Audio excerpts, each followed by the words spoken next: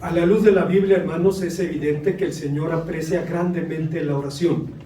Es la razón por la que Salomón, rey de Israel, dijo en su propia súplica: si yo cerrare los cielos para que no haya lluvia y mandare a la langosta a consumir la tierra, y os enviare pestilencia a mi pueblo, si se humillare mi pueblo sobre el cual mi nombre es invocado, lloraren y buscaren mi rostro y se convirtieren de sus malos caminos, yo iré desde los cielos y perdonaré sus pecados y sanaré su tierra. La tarea del intercesor es colocarse entre dos que están en conflicto buscando la reconciliación. Pero es evidente que esta tarea muy pocos la han realizado de manera eficaz. Uno de los pocos fue Moisés, el llamado padre de los profetas. Moisés ejerció una intercesión eficaz a pesar de que mediaba en favor de un pueblo rebelde y contradictor, como dice San Pablo en Romanos 10:21, es decir, a favor de un pueblo que por definición resistía toda autoridad y toda dirección. Y es que una de las grandes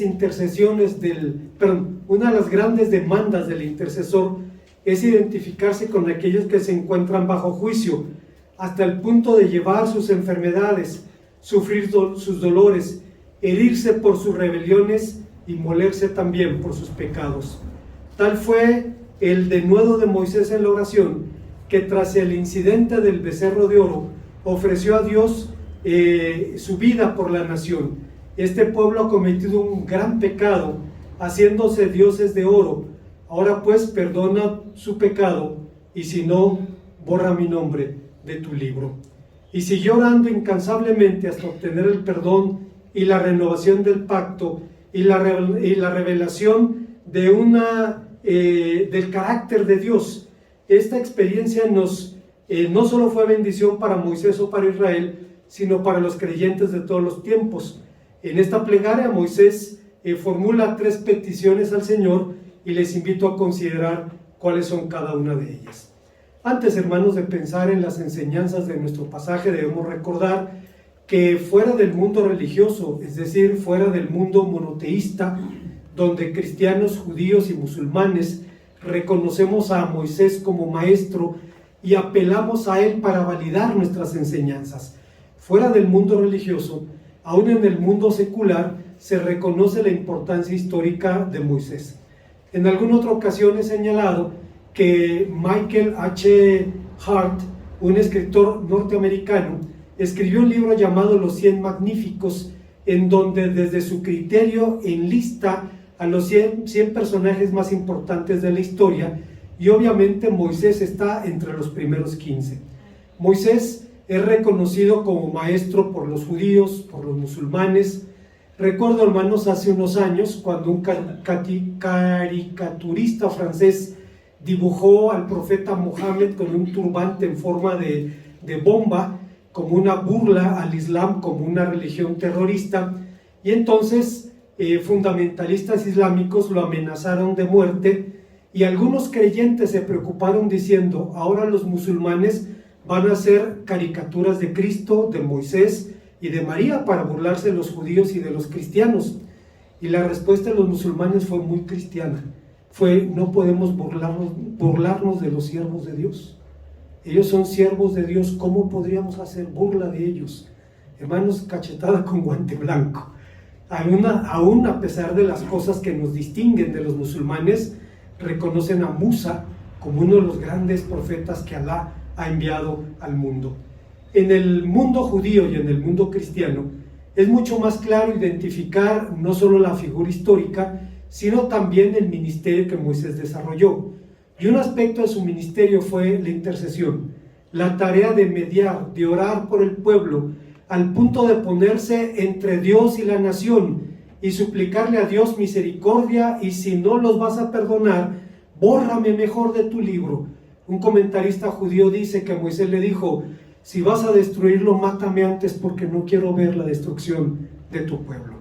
Y es evidente, hermanos, que eso agradó al corazón de nuestro Dios. Pero pensando en su intercesión por Israel, hay 3 súplicas que Moisés hace y que eventualmente usted y yo tendremos que hacer en nuestra vida de oración. La primera de ellas fue rogarle: muéstrame quién irá conmigo. Como antes señalamos, la apostasía generó una profunda crisis en la relación entre Israel y el Señor, pues en el monte Sinaí, en el mismo lugar donde Dios le dio a Israel su ley, en el mismo lugar donde los declaró su pueblo santo, su especial tesoro, su reino de sacerdotes y gente santa, Israel le dio la espalda a Dios.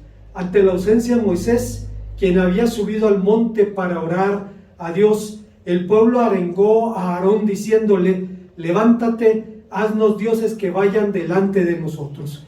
Le dijeron: ese Moisés, aquel varón que nos sacó de la tierra de Egipto, no sabemos qué pasó con él. Hay cosas que podemos elogiar de Aarón, pero debemos reconocer que Aarón queda bien. Es decir, cedía a la presión. Y cuando le dicen: haznos dioses que vayan delante de nosotros, Aarón cedió inmediatamente. Les dijo: junten oro. Seguramente no fue un becerro de oro sólido, porque dice la Biblia que fue quemado después. Seguramente, incluso se habla del buril y de instrumentos que se usan también en la carpintería, fue una reproducción en madera que fue forrada con una lámina de oro. Y en su momento, Aarón no solamente hizo la tarea, sino que convocó a la nación diciendo: Israel, estos son tus dioses que te sacaron de la tierra de Egipto. Levántate, haznos dioses que vayan delante de nosotros. Y una vez que Aarón les presentó un becerro, el pueblo clamó delante de él diciendo que eran los dioses que los habían sacado de la tierra de Egipto. Este acto de rebeldía tuvo sus consecuencias, pues además de la mortandad de 3,000 hombres, de lo que nos habla Éxodo 32, 28, dio lugar a una declaración divina que, como la espada de Damocles, como una espada sostenida por la crin de un caballo, pendía sobre la cabeza de la nación. El Señor dijo: pero yo ya no iré más con ustedes, porque son un pueblo de dura cabeza. Yo no los acompañaré más, porque si lo hiciera, los aniquilaría. Cuando el pueblo escuchó estas palabras, se vistió de luto. Moisés tomó algunas previsiones. Sacó el tabernáculo del campamento como un signo de la separación entre Dios y su pueblo, y entonces el pueblo se dio cuenta de lo que había hecho. Es posible que una mujer hable mal de su marido, es posible que se queje o lo critique, pero otra cosa es engañarlo. Es posible que una mujer esté frustrada por algún aspecto de la relación, pero otra cosa es que adultere con otro hombre. Es muy diferente, pues Israel pasó de la murmuración al adulterio espiritual, a decir que otros dioses eran sus dioses, e hicieron su ídolo y le atribuyeron la liberación. Cuando el pueblo escuchó estas palabras, se vistió de luto, pensando lo que pasaría si el Señor se cansaba y simplemente marcaba el límite. En el pasado habían murmurado contra él, ahora adulteraban contra él. Es curioso, hermanos, que en el contexto de Éxodo 33 no aparezca la palabra oración, pero el diálogo de Moisés y el Señor no era otra cosa. Resulta sintomático que la página que contiene el testimonio del ministerio de intercesión de Moisés no detalle su propia intercesión. No hay una página que hable con mayor intensidad de la vida de oración de Moisés. Pero Moisés no nos dice una palabra sobre su clamor. Y seguramente no lo hizo porque la palabra de Dios nos enseña en Números 12:3 que Moisés era el varón más manso sobre la faz de la tierra. ¿Cuánto tiempo duró este diálogo?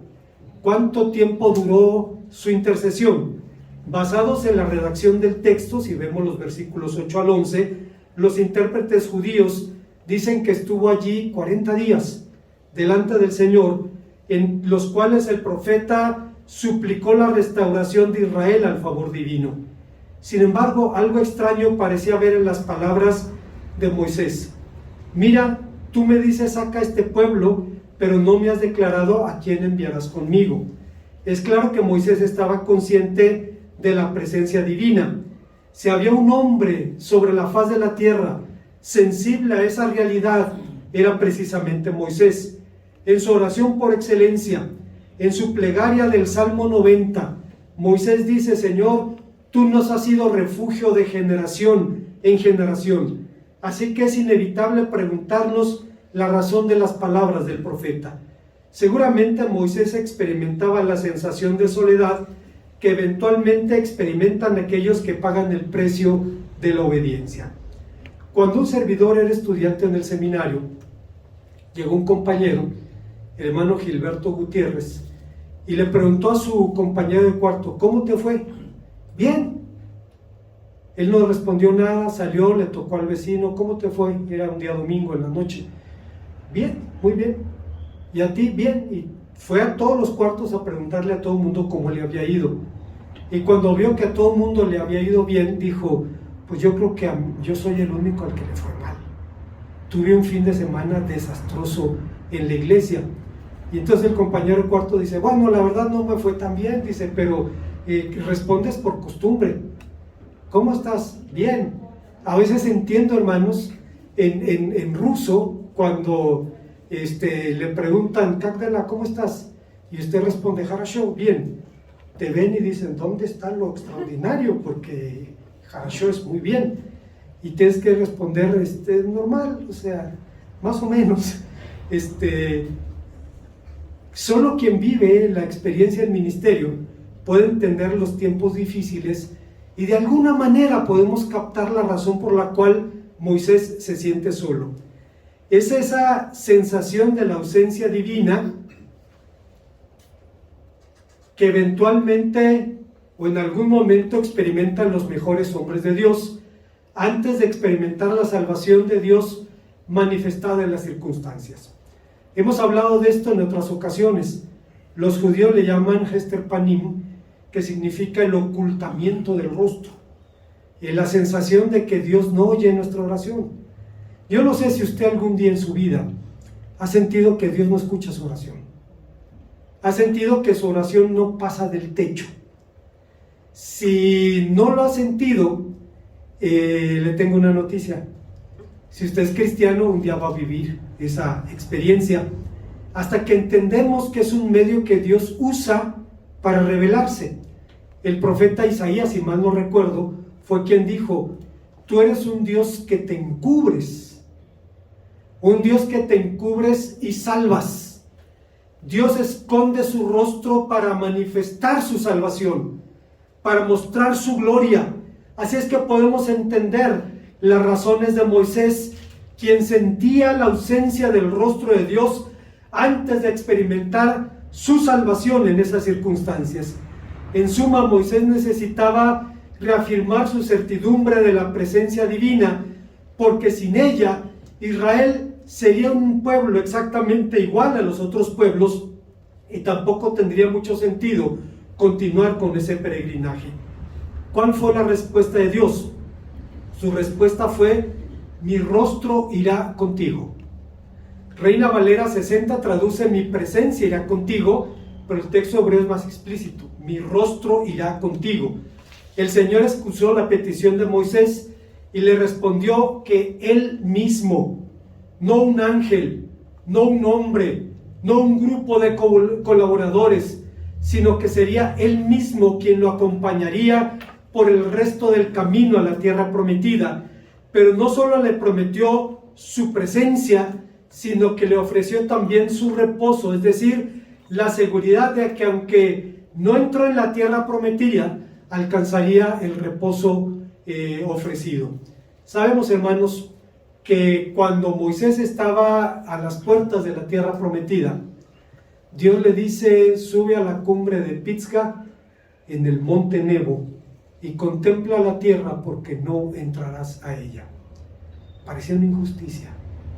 Moisés le suplicó: déjame entrar a esa buena tierra que fluye leche y miel. Y le dice Dios que no, porque le tenía preparada una morada mejor. le tenía preparado un lugar mejor. Hay una segunda enseñanza que encontramos en el pasaje. Moisés va increciendo y ahora le dice a Dios: muéstrame tu rostro. La segunda petición de Moisés giraba en torno, muéstrame tu camino, le dice, giraba en torno al camino de Dios, lo que nos hace preguntarnos de qué camino hablaba. De forma general, la palabra derech, la palabra camino, designa una línea geográfica, pero en el sentido espacial, tanto en sentido espacial como en sentido figurativo. Designa una senda sobre la tierra o la conducta humana que puede adecuarse o no a la voluntad divina. Por esta razón, Salomón decía en Proverbios 14:12, hay caminos que al hombre le parecen derechos, pero su fin es camino de muerte. Y el salmista suplicaba ya en el Salmo 24, muéstrame, oh Señor, tus caminos, enséñame tus sendas, encamíname en tu verdad y enséñame. Pero camino designa también el propio proceder de Dios respecto a sus propósitos y a sus maneras.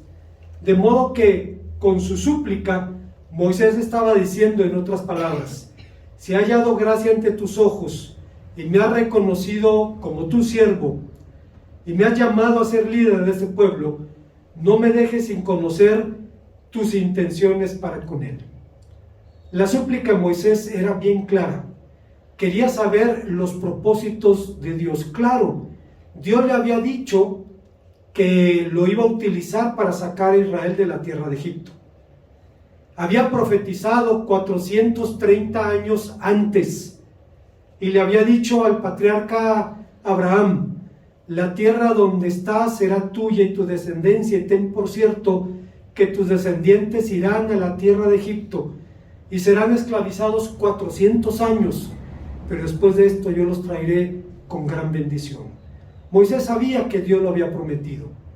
Dios mismo se lo había dicho, pero de cuando en cuando nos vemos en la necesidad de entender el proceder de Dios, de entender sus conductas en determinadas circunstancias. Aunque en su petición Moisés hablaba en singular, es evidente que estaba hablando por toda la nación, porque como un eminente predicador puritano dijo, las almas generosas piensan que no es suficiente con ir ellas mismas al cielo, sino quieren que sus amigos vayan también. Me recuerda el testimonio de mi hermana Cristi. Dice, tengo un compañero marxista, leninista, ateo, en una crisis, y le dice la hermana, pídele a Dios. Y el hombre lo hizo y vio su respuesta. Este hombre sabe que alguien está allí y que alguien lo escuchó. Y oremos por la hermana para que le permita cumplir la tarea. Que siempre cuando yo no sé qué decir, le digo a Dios, dame las palabras y dame la oportunidad. Que seas tú, porque si yo pienso lo que voy a decir, mejor que seas tú. Cuando llegue la oportunidad, dame las palabras. Y hermanos, salen de allí y el Espíritu Santo las utiliza. Es verdad que Moisés hablaba cara a cara con Dios, pero estaba consciente de que solo podía conocer de Dios lo que Dios mismo quisiera revelar. Por esa razón, Deuteronomio 28:28 dice, las cosas ocultas pertenecen al Señor, pero las reveladas a nosotros y a nuestros hijos para que guardemos las palabras de esta ley para siempre. ¿Cuál es la razón de la petición de conocer el camino del Señor? En su Guía de los Perplejos, Maimónides, un gigante del pensamiento judío español, decía que esta petición tenía un propósito muy concreto. Quería conocer los atributos que determinan las acciones de Dios a fin de imitarlo en la dirección del pueblo. Otros intérpretes judíos afirman que Moisés estaba angustiado por el problema de reconciliar la demanda divina de una severa disciplina con su gracia y con su amor. Desde el pecado del becerro de oro, Moisés había presenciado los hechos de la justicia divina que unían implacables juicios con perdones magnánimos, y por tanto el equilibrio entre ambas realidades representaría un misterio para él hasta que el Señor le reveló los atributos de su carácter.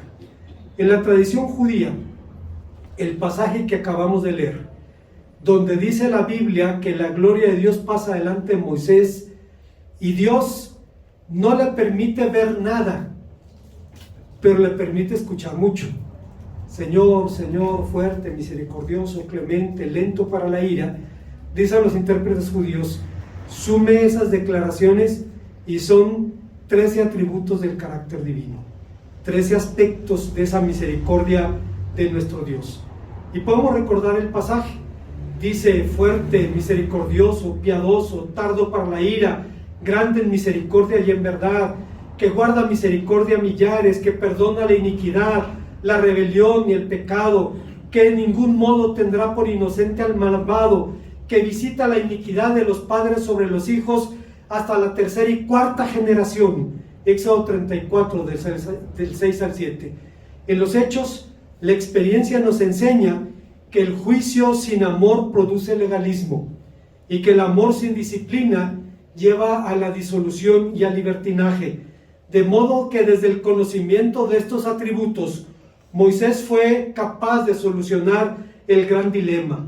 Siglos después, David reconocería sin ambajes los cimientos del trono de Dios, diciendo que eran la justicia y el juicio, y era la misericordia y la fidelidad que van de la mano delante del rostro de Dios, según Salmo 89, 14. Hay una tercera y última enseñanza en este pasaje. Ahora sí, Moisés da el gran salto y le dice a Dios: muéstrame tu rostro. La última súplica es: te ruego que me muestres tu gloria. De forma muy general, la palabra gloria, la palabra kabod, significa ser pesado. Describe algo de importancia, autoridad, prestigio o poder. Si la gloria del Líbano eran los bosques de cedro y la gloria de Salomón era su riqueza y sabiduría, la gloria de Dios es su bondad y su santidad. Son los atributos que más lo representan. Esto es lo que entendió el profeta Isaías en su visión del templo, cuando escuchó a seres ardientes y fieros clamando de tal manera que los marcos de las puertas del templo se cimbraban cuando gritaban: Santo, Santo, Santo, Señor de los ejércitos, toda la tierra está llena de tu gloria. Y fue también la razón por la cual el Señor le dijo: yo haré pasar mi bien delante de ti. Es claro que Moisés no pensaba que la esencia divina fuera perceptible a los ojos humanos. Lo que realmente estaba pidiendo era que el Señor le permitiera conocer más profundamente las cualidades eternas de su ser. No era una petición ociosa, era una súplica de quien quería conocer mejor a quien servía. Alguien dijo al respecto: lo que Moisés quería ver, como la respuesta de Dios lo demuestra, debió ser algo que sobrepasara las revelaciones anteriores de su gloria, incluso más allá del hablar cara a cara con el Señor. Moisés lo había hecho. Había visto la gloria de Dios. Había visto las plagas de Egipto que habían afrentado a los dioses de Egipto, al faraón y al pueblo, pero quería llegar a un conocimiento más íntimo. Hasta ese momento Moisés había percibido manifestaciones teofánicas de Dios. Voy a hacer un paréntesis. Se dice que los estudiantes van al seminario a aprender palabrotas, y esta es una de ellas: teofánico o teofanía. ¿Qué es una teofanía? Es una manifestación sensible de Dios. Debemos entender, es una manifestación en la que Dios se autolimita. Se autolimita a un silbo apacible y delicado en la cueva de Oreb, cuando Elías se da cuenta que Dios está allí. Se autolimita mediante una nube o una columna de fuego. Es decir, es apenas un eco del ser y la gloria de Dios, pero manifiesta su presencia allí. Bueno, estas eran visiones del Señor en las que se autolimitaba para hacerse accesible a los sentidos humanos. Fíjese la expresión que usa Números 12:8, eran similitudes del Señor, es la expresión que se utiliza allí. ¿Cuál sería la razón de esta petición? Juan Calvino diría: Moisés se había premiado a formular esta petición no por la curiosidad que provoca en las mentes de la mayoría de los hombres cuando intentan penetrar con audacia los últimos arcanos de los cielos, sino un deseo de trascender el abismo que había acabado la apostasía de la nación, para que el futuro pudiera ser más seguro y la base más segura que lo que la historia previa había dado. Lo que Juan Calvino decía era: Moisés necesitaba apelar a un fundamento sólido para saberle cuál era la esperanza de la nación. La respuesta divina fue entonces tan contundente como sorprendente. Una vez más le concedió la petición, pero hasta el límite que establece la diferencia entre el Dios infinito y el hombre finito y pecador. Yo haré pasar todo mi bien delante de tu rostro y proclamaré el nombre del Señor delante de ti, y tendré misericordia de quien tendré misericordia, y seré clemente para con quien seré clemente. Dijo: mas no verás mi rostro, porque no lo verá hombre y vivirá. Calvino diría: es verdad que Dios se manifestó eventualmente en ciertas señales, pero cuantos signos quiso tomar para manifestar a los hombres se adaptaban muy bien a su manera de enseñar, y a la vez advertían a los hombres sobre lo incomprensible de su esencia, porque la nube, el humo y la llama de lo que nos hablan de Deuteronomio 4:11, aunque eran señales de la gloria celestial, no dejaban de ser un freno para detener el entendimiento, para que no intentase subir más allá, por lo cual ni aun Moisés, con quien Dios se comunicó mucho más familiarmente que con ningún otro hombre, pudo, por mucho que suplicó, ver su rostro. Antes se le concedió, como un hombre mortal, no resistir tanta claridad. Al final, hermanos, dice la palabra de Dios que aunque Dios le prometió ver sus espaldas, realmente Moisés no vio nada. Lo puso en una roca, en la hendidura de una roca, puso su mano sobre Moisés, pasó su gloria delante de él, y en cuanto escuchó esto, Moisés cubrió su rostro para no ver a Dios. Pero escuchó lo que necesitaba escuchar. Si quería un fundamento para la esperanza, ahí estaba. Los 13 atributos de la misericordia divina, que como las facetas de un diamante descomponen la luz de manera sorprendente, así la misericordia de Dios tiene diferentes facetas que Moisés pudo contemplar. Se ha intentado, pero ¿en qué consistió entonces la visión de Moisés? Se ha intentado responder de varias formas. Alegóricamente hablando, Matthew Henry diría, cuando leemos Isaías 38:17, que dice que Dios echó a sus espaldas los pecados, y después Isaías 53:6, que dice que cargó nuestros pecados y nuestras iniquidades, podemos entender que Jesucristo es la espalda de Dios, más aún el resplandor de su gloria y la fiel representación de su ser, como efectivamente nos enseña la carta a los Hebreos capítulo 1, versículo número 3. Bueno, sin embargo, la espalda en contraste con el rostro significa que el reflejo de la gloria que acaba de pasar era apenas una manifestación limitada de su ser, una visión que no es una perspectiva completa de Dios. Así que Moisés solo pudo ver un pálido reflejo del verdadero ser de Dios. Si no podemos ver directamente al sol, ¿cómo podríamos ver la gloria del Creador con todo su esplendor?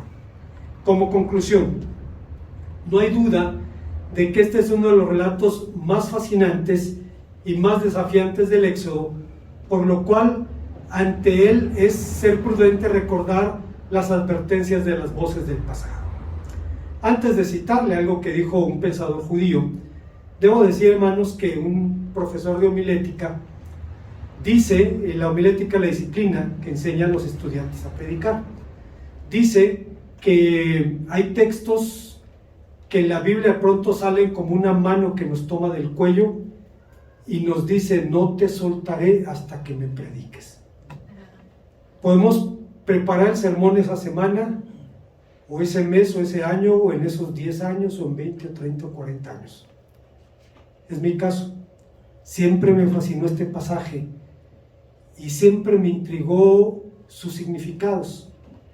Bueno, hermanos, Rabbi Hirk dijo: ninguna parte de la ley demanda mayor cuidado en la traducción y explicación de la sección que va del versículo 12 hasta el final del capítulo, porque por medio de este relato somos conducidos a regiones que trascienden los límites del conocimiento humano.